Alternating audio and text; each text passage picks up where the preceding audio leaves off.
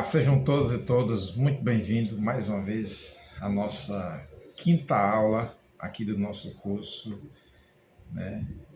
E hoje vamos tratar de um tema que eu acho que é um dos temas mais importantes aqui do nosso curso, que é a chamada gestão de dívida, né?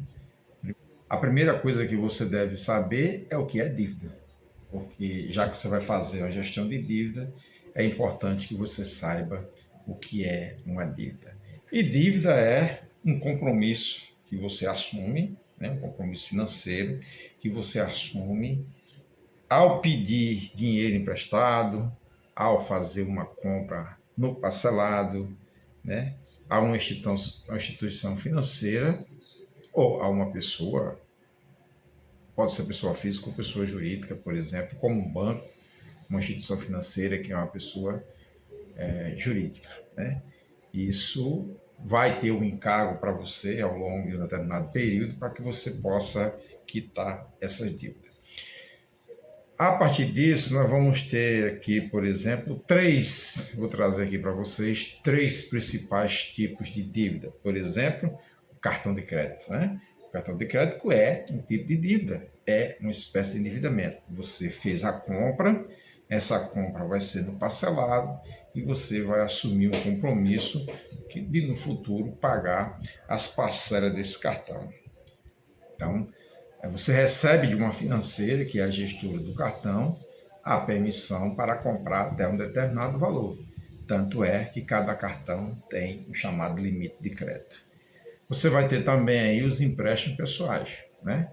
Você pode ter um empréstimo feito no caixa eletrônico, aquele que você vai no caixa eletrônico, que faz no caixa eletrônico, na hora que você vai tirar dinheiro.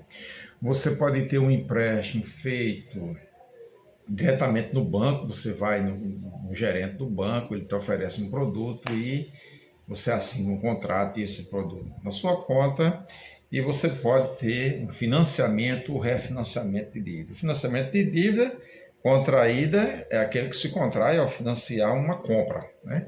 Então você compra, por exemplo, um carro, você compra uma moto, uma bicicleta, e você pega esse valor e faz um financiamento. Esse financiamento pode ser também um refinanciamento. Você tem uma dívida no cartão de crédito, por exemplo, né, e você não está conseguindo pagar esse cartão de crédito, você naquele mês quer ficar com o dinheiro que você pagaria o cartão de crédito, aí você vai lá e faz o refinanciamento dessa dívida. Mas aí gera para você alguns problemas, porque gera encargo, juros e correções, né?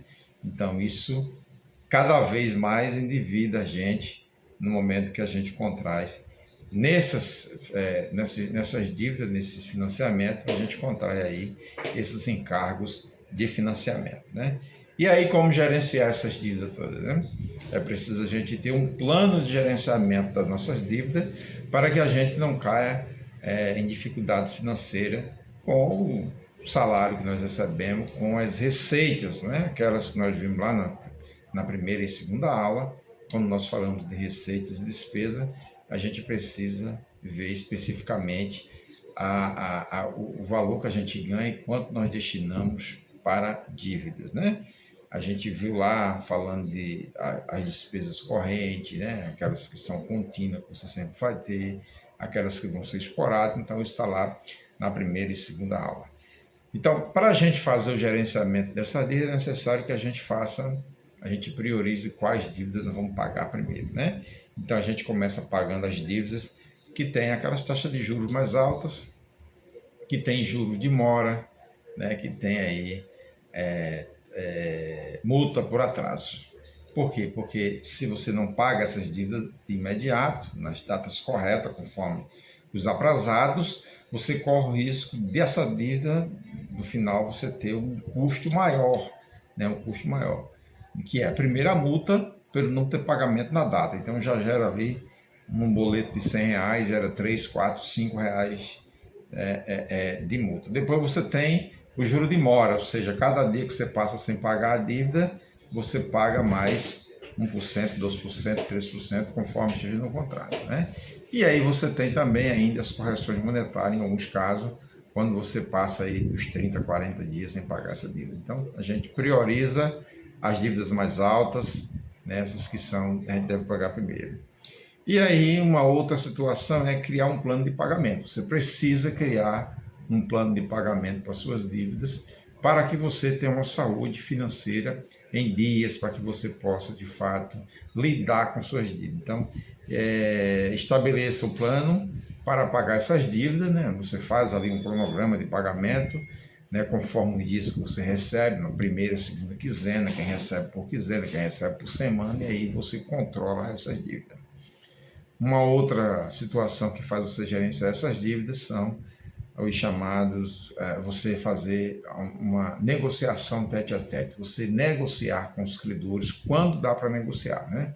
Óbvio que aquelas dívidas de cartão que já vem finalizadas, você não consegue negociar, mas existem algumas dívidas que você pode negociar diretamente com os credores, onde você pode discutir o prazo de pagamento, você pode discutir as taxas de juros aplicadas, você pode discutir as multas aplicadas. Então você vai diretamente a esses credores e faz aí a negociação da tua dívida. E por último, né, nessa situação que você já tem aí, a gente já fez aqui uma escalada de priorizar pagar as dívidas mais altas e maiores, criar um plano de planejamento para pagamento da dívida, negociar com os credores.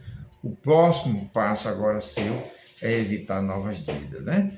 Eu sei que a gente tem necessidades, as necessidades aparecem constantemente na nossa vida, mas uma das coisas que a gente precisa é controlar essas necessidades. E uma das formas que a gente tem de evitar o endividamento é justamente evitar fazer novas dívidas. Então, só coloca uma dívida no lugar quando você terminar uma outra. Então, você primeiro termina uma dívida, você fica ali folgado um certo tempo, né? E aí você contrai uma outra dívida e aí você tem controle da sua dívida dentro daquele seu planejamento.